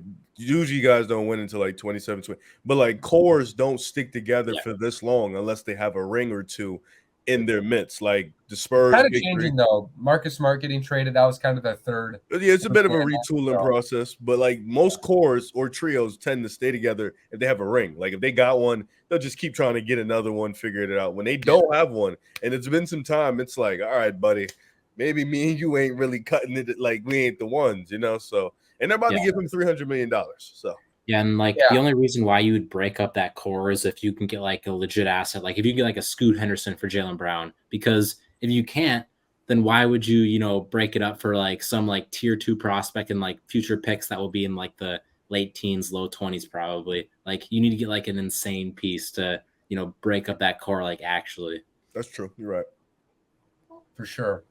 And yeah, I think the hard thing about this conversation is there's always going to be a person who's going to put the same person every time on make or break season. It's kind of like New Year's resolutions. It's like, okay, yeah, I'm going to run this time. I'm going to use the gym this year. And then you see a brownie, then you give up. And then it's next year. Okay, this is the year I am going to work out. Nope. Sounds like Ben Simmons fans when they see him in the gym, thinking he's going to bring a jump How shot. many make or break years has he had? And Simmons yearly gym picks. It's actually hilarious. And gosh, he's the first person that like haven't expired. Like he's like one of those people. He has like a 20-year subscription and somehow it expired. What Like is he, like 25? He's still mad young. he's still young. Yeah, He is. I'm out on Ben by the way. But I'm out, man. It's that shit getting bad. I don't want to be. I just want no chips in that. If he gets good, he gets good. I'm not guessing or nothing. absolutely. And for the last part of this show, we're going to transition quickly to. I'm not going to say quickly because this topic it varies in length, but. Who would you rather build around a certain player versus the field? And to keep the summer league trend going, I'm going to do a rookie. Scoot Henderson is my would you rather build around player. So my first player, who would you rather build around, guys? Scoot Henderson or LaMelo Ball? Riv, you go first. God damn it, that's tough. I know nothing. I'm gonna say Scoot. I'm gonna go Scoot. I like the athletic pop. I like the fact that he puts an insane amount of pressure on the rim. Underrated playmaker. The physical tools are there as a guard, and I know guards don't usually translate as the best player on the championship team. But with the way Scoot handles the rock, the way he can just create for himself, create for others, can get to the rim. LaMelo still doesn't have that pressure at the rim yet, and he still plays a little funky way. And then Scoot gives me more defensive versatility. Maybe not versatility. Defensive intensity is the word I want to use. So I would go Scoot here on this one. I'm also going Scoot. I think Scoot is going to be like a top 10 player in basketball. That's how high I am on him. I think his 3-point shot's going to come along. I think he's just such an insane, pressure at the rim. I think he's an insane passer as well. I mean, he in his 20 minutes of playing basketball, he had a few passes that I've barely seen from other players in summer league at that stage. Like, I think he's a legit creator for others and for himself. I think the finishing at the rim is kind of a big separator there. To be like a great star in the league, that's kind of like a trait you kind of need to have. And LaMelo is, historically and just yearly one of the worst finishers in the league around the basket. So, and I trust his frame more. They both kind of do seem to get hurt a little bit, but I do like Scoot more. Yeah, this one stings because I think we all agree it's pretty close, but I would take Scoot too. One part of it is I agree with what Riv said, what Zach said, but just the foundation to stack skills. Like, you just can't teach that frame at that age. You can't teach that motor. He's got elements to him that just scream alpha player. And I think those physical tools are going to translate defensively eventually in a way it won't for LaMelo. I think Scoot Henderson, I think the most important element of a franchise player is rim pressure because that's the center of all gravity. Even if you are a shoot first player, you got to be a great finisher or it closes everything. So Scoot Henderson, I think just because he's going to be excellent there. LaMelo Ball, I'm not sure. Those two things separated for me. So I agree with Scoot Henderson as the pick. And my next player, Scoot Henderson or Paolo Banchero. Oh, Zach. Man, I like both of these dudes a lot. I loved Paulo out of Duke. I'm probably gonna go with Paulo. A lot of it because of the versatility and positional size, and I think he has a lot of the passing chops. I think he has, his 3-point shooting was really bad last year, but I think he's got upside as a 3-level scorer. I think he does have sneaky athleticism. I always thought it was weird how that was one of his cons coming to the NBA. He's obviously a nice athlete. I don't know. I really think he's going to be a guy. I think he's going to figure out his mid-range dominance again, like he had at Duke. I'm pretty high on Banchero. I think he's also going to be in the top 10 player conversation at some point.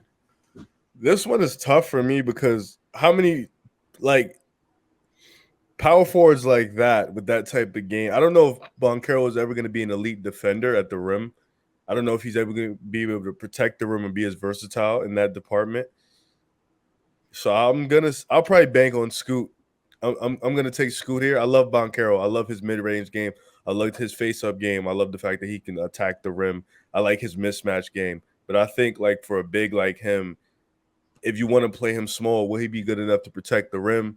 Would he be good enough to defend in space and switches? I think for Scoot, point guard defense may be the least valuable out of defense, but I think what he provides on that end plus the offense, I think he can give you that same type of ability. So I'm gonna go Scoot. Those are good points. I would take Paolo as well. I just think at the end of the day, you can't teach 6'10". You can't teach 6'10", 6'11", that build at that age. I just think in the playoffs, Paolo is going to be a playoff mismatch nightmare because you want to put a athletic mobile wing. He's going to punish that. Like a smaller wing, he's going to punish that. He's too quick for an average center. He does these things. He's got a great feel. He's got great feet around the rim. Like Scoot, I think his jumper is going to get better. I think in the playoffs, offensively, he is going to be a bigger mismatch nightmare. And I saw a lot of good stuff from Paolo. He exceeded my expectations as a rim protector year one from what I expected. Like his metrics were pretty good as a rim protector relative to expectations. Like he was above average. And I agree. It's a great question about Paolo. Like, will he ever be an elite defender? I'm not so sure. And, same thing for Scoot. Like, I think Scoot has the tools to be a great defender. Will he have the stamina for it? I think those two questions have to be considered as well. Like, it takes a very rare, usually 6'2" guards at that usage aren't elite defenders either. So I consider that. And also I think in the playoffs, I don't know who the heck you put on Banchero unless you just have one of those. Adebayo. Yeah, like I said, if you have an ace, that's one thing, yeah. Right? But that's it. That's it. But then because he's got pick and roll ability, if he gets off of you, then he can get on a favorable mismatch. And he's got a great feel already going back to college of finding mismatches. So I think Paolo has a chance. I know this is a hot take. I think he has a chance to be a top 5 player someday. No, for sure. I'll take it a step further from 10. I mean, after I think I made a tweet the other day, Riv, and you're like, ooh, that's bold. I was like, dude, it's so it's so clearly Luka, Victor, Ant, and Paolo as the 4 young guys. Oh yeah. Right now. Yeah. I stand by that. I think he's not that I would take him over any of those other 3, but I do think he's the 4th guy in that conversation. Who's the 5th? Scoot? It's Cade, bro. Let's have some respect, man. Yeah. You're the one who had him in the Boomer Bust year thing. Yeah, but let's not do that now. He's definitely 5.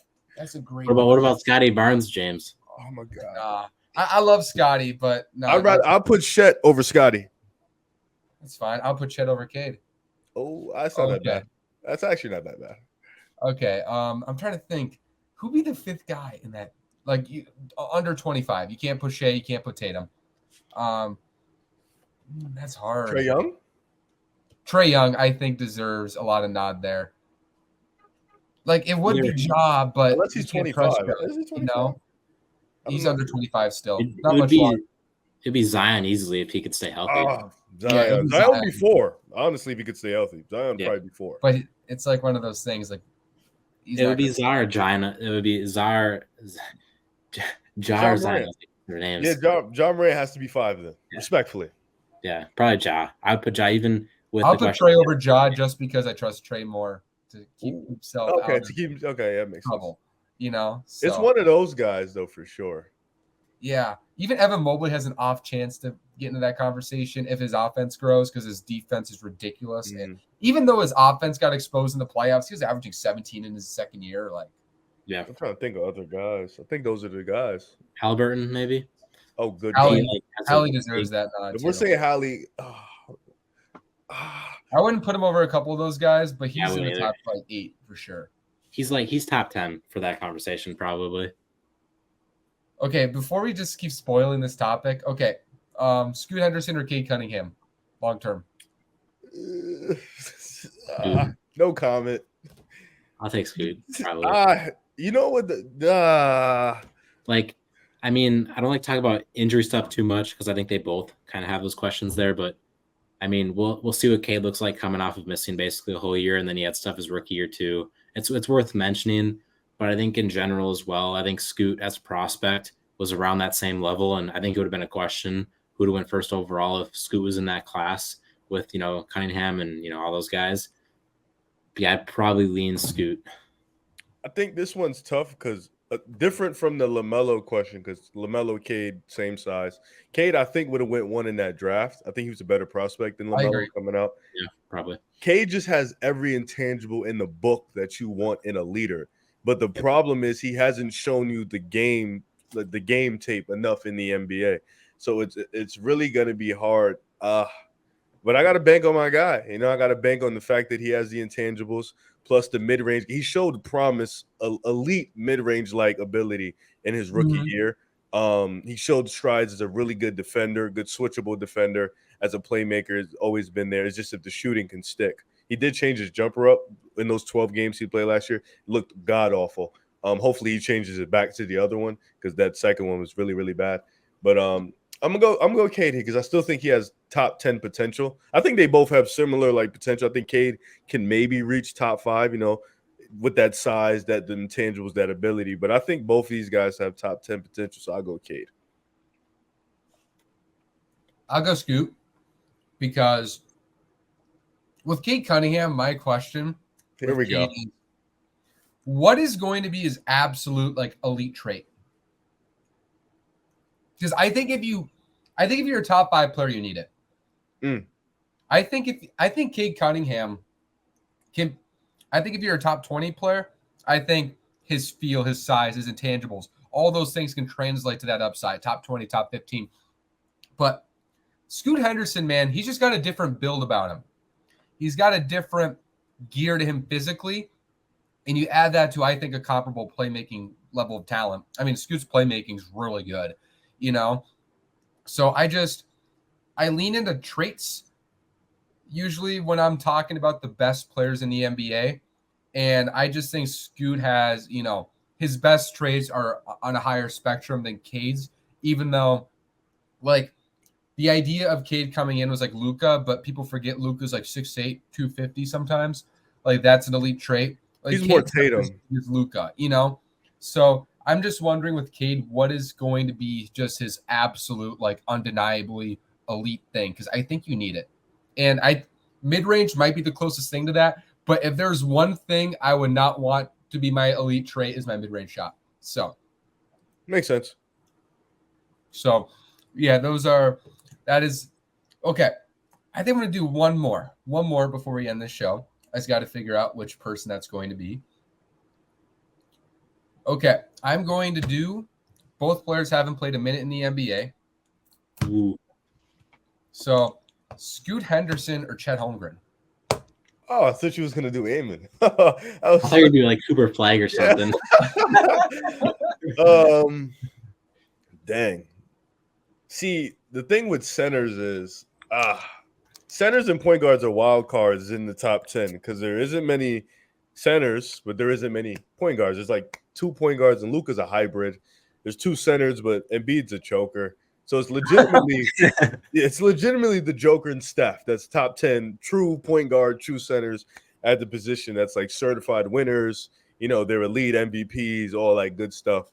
You mentioned elite traits, and Chet's probably going to be an elite rim protector in the NBA. Mm-hmm. I think that's going to be his elite trait, and I think that is extremely valuable. I mean, we saw Rudy Gobert be one of the most valuable players in the league 4 years straight in the regular season because he was an elite rim protector. He was an elite defender.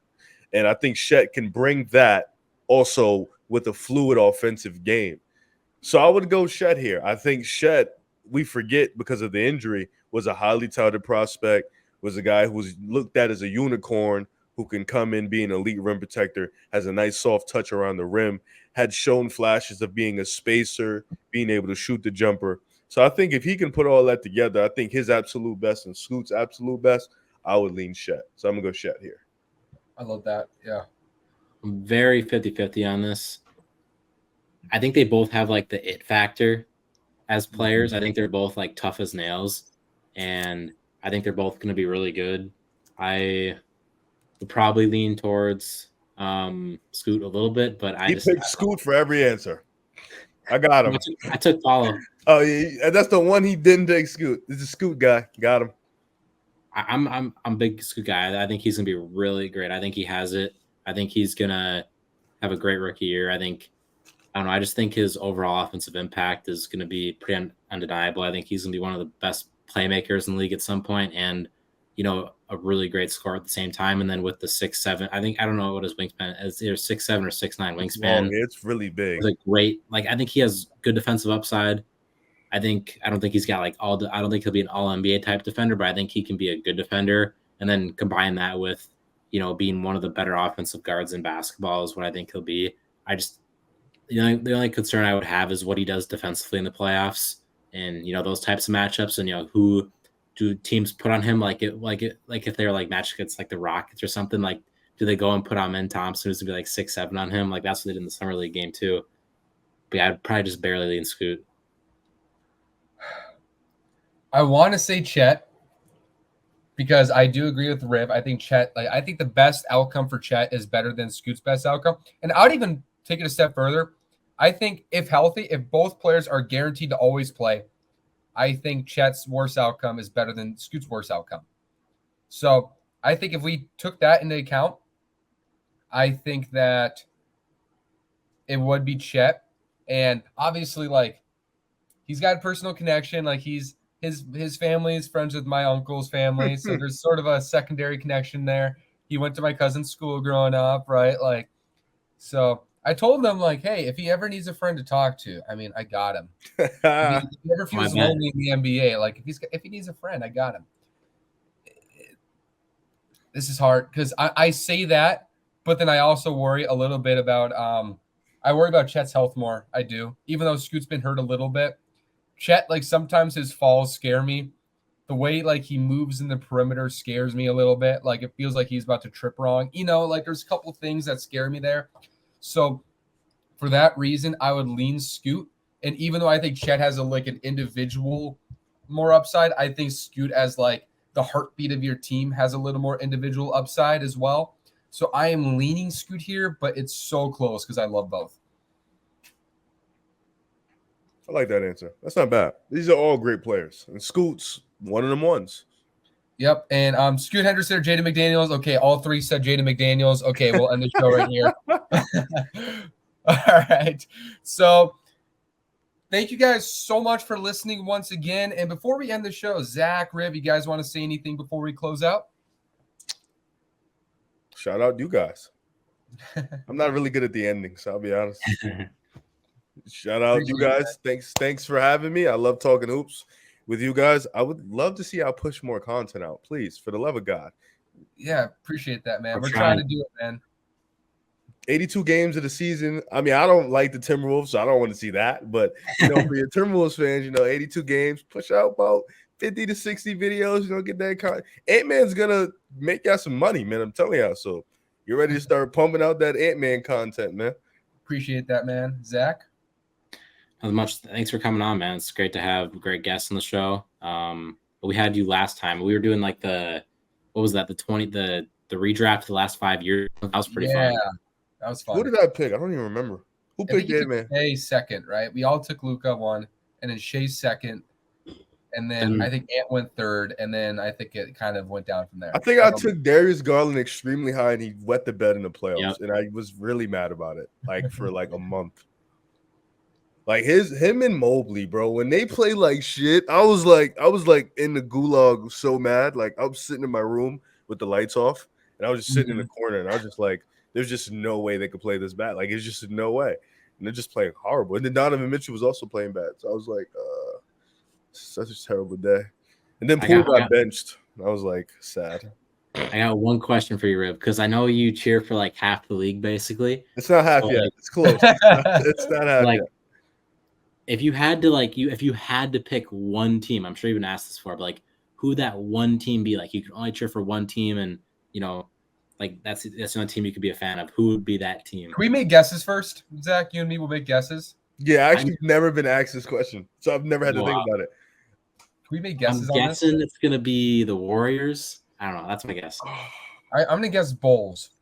It's no shot. It's the Bulls. I'll be honest. No. I'm so done with them. Like them. And I'm still a fan, but it's like they're doing shit that I just can't get behind, bro. Okay. It would be the Warriors, but Steph is probably gone soon. It would probably be the Cavs. Cavs. It would probably be the Cavs for sure. I think that'd be my team. Darius Garland, one of my favorite point guards. Donovan Mitchell, Mobley. It would definitely be. It would be the Warriors, but like. They traded Poole. Steph's gone soon. I only like Kuminga. They might trade him too. It's really nothing there for me no more. Like, I love Wiggs, but it ain't like, so it would probably be the Cavs #1 for sure. So if they like matched up in the finals next year, you'd cheer for the Cavs, or would it be the Warriors because Curry's still there? I would. Or you wouldn't care. You win either way. I think I would want Steph to get his 5th for sure. But I would also want Garland to be like historical. So I would like want them like to all be like really, really great. Like if they play like shit, I'd just be like, I'll be sad still. Like, so I would want everybody to play great, but I would love if Steph gets his 5th ring. I really would. Because I'm gonna push insane agendas, like top 5, top 3, arguably to go. I'm gonna go crazy. So dude, same thing for us when the Timberwolves get the 6th seed, man. Holy crap. Now you got to. When your team does something, you got to just push insane agendas at that very moment. Insane agendas. Like, if Ant wins MVP, Pushy's the best player in the league. Just do it. Oh, my gosh. It's so funny because on Twitter, those copy-paste trends? Oh, yeah. I've been seeing them, yeah. I've been doing those lately, and it drives people crazy. Yeah. I had this one, and it was like, I think Jaden McDaniels has a case to be the best small forward of all time. Hear me out. I was dead laughing. I was like, I thought you were serious for a minute, so I kept reading. And I was like, oh, no, you're joking. I got DMs and people text me like, you are a delusional. Yeah, I seen that. And at first, I was like, what the hell? And I kept reading. I was like, oh, I see what he's doing. Okay, clickbait. He got me. He got me. That was funny. Yeah, and we appreciate that, Riv. We are definitely pushing more content. Zach and I talked about it. We'll be more consistent. Way more consistent going forward, especially when I'm back in the States. That's going to be it's going to be great. And we'll have you on in the near future again for sure, man. We love having you on. What's before I leave, what's Jaden McDaniels' ceiling? Honest, don't give me a biased. I want a legit genuine is feelings. I don't want a genuine answer. I want a legit basketball response. Straight basketball, no feelings. Straight basketball. Okay. I would say his ceiling is in the 20 to 25 range. Okay. Because if he has the tools to be like a 22 a game guy someday if he wants to be. And if he does that and is the best defensive wing in the league while being a good secondary playmaker, that's a top 25 player, right? Okay. That's fair. Zach? Yeah, I think he is going to probably win a defensive player of the year. I think he's probably going to do that at some point. I mean, he was like a top 10 defender for sure this year, in my opinion. I mean, his metrics were insane. He had the hardest matchup difficulty in any player in basketball. He guarded point guards more than he guarded forwards. Like whoever we play, he guards the best player 1 through 4, unless, we're playing like the Sixers. Like, he wouldn't guard Embiid really. But that plus he was averaging like 15 a game after the All-Star break, like 40% three-point shooter on a lot of attempts. I think we'll see if Cat sticks around, if the shots open up for him at some point, but he has all-star upside in, 3-4 years. I like that answer. Okay. Now, if you want my heartfelt answer, I think he has to be McPippen. Nick Pippen. You guys are hilarious. He's good though. I like him. I like Jaden. He's really good. I wanted that nickname to stick. It hasn't stuck yet. I got to really create a war. He has to get like some defensive awards, like a consistent amount, and then it'll probably stick. Yeah, Mick Pippen. Because people are like trying to give these like stupid nicknames like seatbelt. Like, what is that based off? Jaden's good though. Seatbelt? Like, what were the other nicknames, Zach? There were worse ones. Was one like no, I can't remember.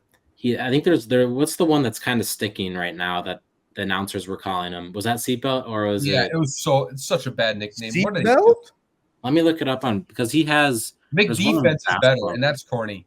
Yeah, seatbelt is awful actually. McDefense, Jaden McD.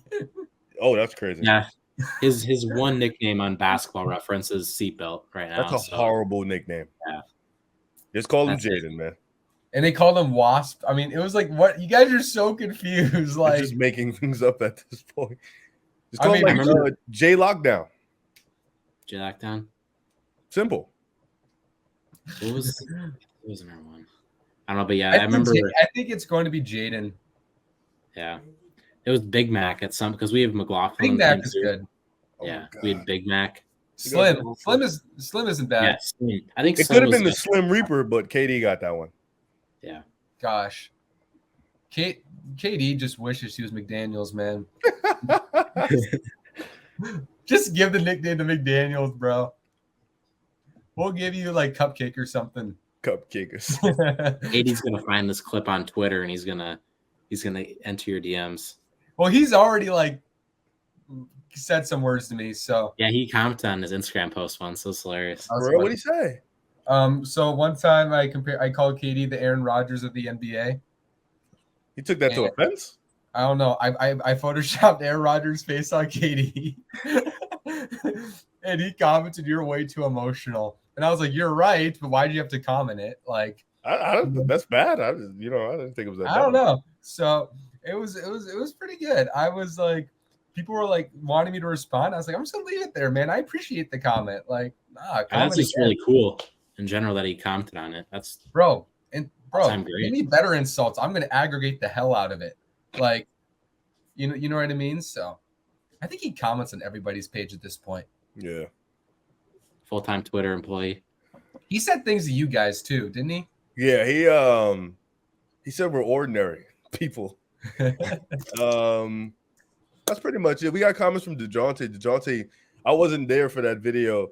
No, it was Draymond, or they said Joel said something about Clay coming off the bench, and Draymond commented they don't know basketball or some shit. I wasn't there for that. So I was like, he was talking to y'all. He wasn't talking to me because I would never say no shit like that.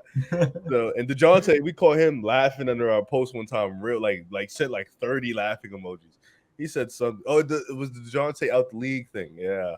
Out of the league. Yeah, that's awesome. Zach, we got to completely like rebrand this show just to see how many stars we can mess up. And honestly, on the KD end, like, dude, if you're gonna try to like passive aggressively insult people, just go all in.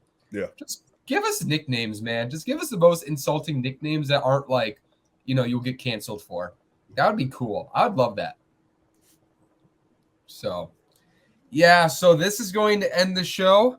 Thank you guys so much for listening, and we will be back next week. This is Windshield Hoops.